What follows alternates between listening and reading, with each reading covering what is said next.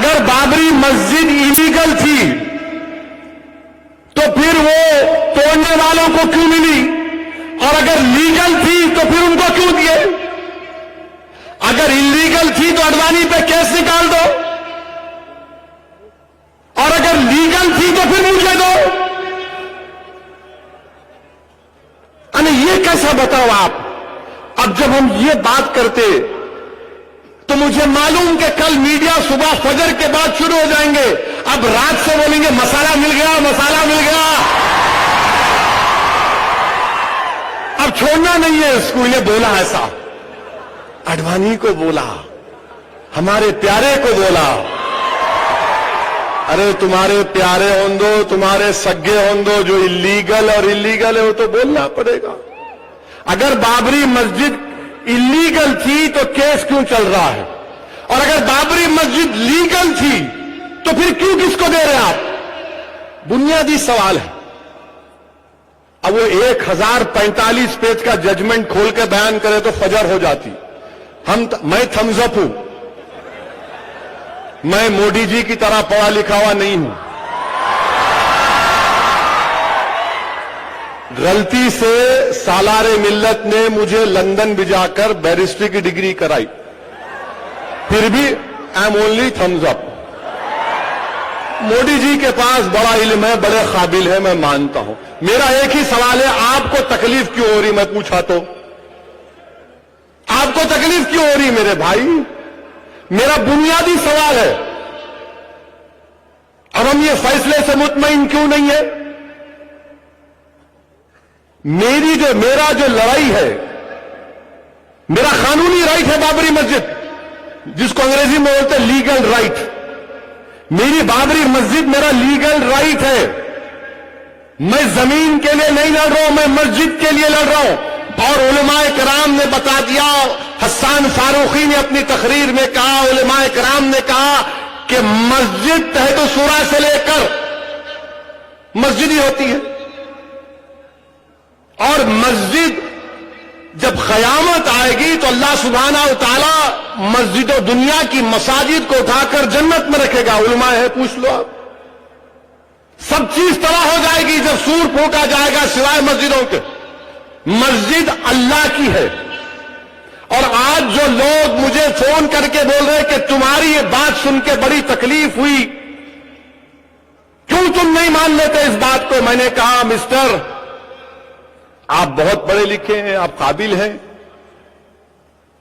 مسجد کیا آپ کے ابا کے جہیز میں آئی تھی؟ کیا نہیں آئی تھی؟ مسجد اللہ کی ہے، اللہ کی رہے گی۔ نہیں، کیا ہوتا؟ کیا ہوتا؟ کیا نہیں ہوتا؟ اگر یہ آرگیومنٹ کو مان لیں گے تو پھر مسجد اقصی بھی چھوڑ دو، مسجد اقصی بھی چھوڑ دو نا بھائی۔ 70 سال سے لڑ رہے ہیں مسجد اقصی کے لیے، چھوڑ دو بولو۔ اور یاد رکھو، آپ 5 ایکڑ دیے، میں بڑی عزت سے کہہ رہا ہوں، مسلمان ہندوستان میں غریب ہے، دلتوں کے بعد سب سے زیادہ ہماری کم آمدنی ہے۔ ملک میں ایک عام ہندوستانی 10,000 روپے مہینے کماتا تو ہم لوگ 8-9 ہزار بھی نہیں کماتے۔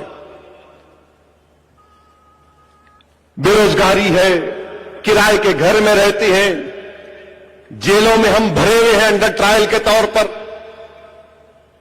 ہمارے محلے جات میں ترقی نہیں ہوتی، اسکول نہیں کھولے جاتے، پولیس اسٹیشن کھولے جاتے، اسپتال نہیں کھولے جاتے، جوئے اور شراب خانے کھولے جاتے۔ ان تمام کے باوجود بھی اگر میں ہندوستان کا سب سے غریب علاقہ ہے سیمانچل کے پاس سیمانچل میں چلا جاؤں اور کشن گنج سے اراریا تک میں سیمانچل کی عوام سے بھیک مانگوں کہ میری جھولی پیسوں سے بھر دو، مجھے اتر پردیش میں 5 ایکڑ زمین خرید کر اللہ کی مسجد بنانا ہے، تو خدا کی قسم 48 گھنٹے میں اتنے پیسے جمع ہو جائیں گے۔ ہماری لڑائی زمین کی نہیں تھی، ہماری توہین کی جا رہی ہے زمین دے کر. ہماری لڑائی مسجد کی تھی، لیگل رائٹ کی تھی. ہم کو بھیک میں نہیں چاہیے کوئی چیز، ہم کو ہمارا حق ہے تو دو. ہم کو بھکاری سمجھ کر مت دیکھو.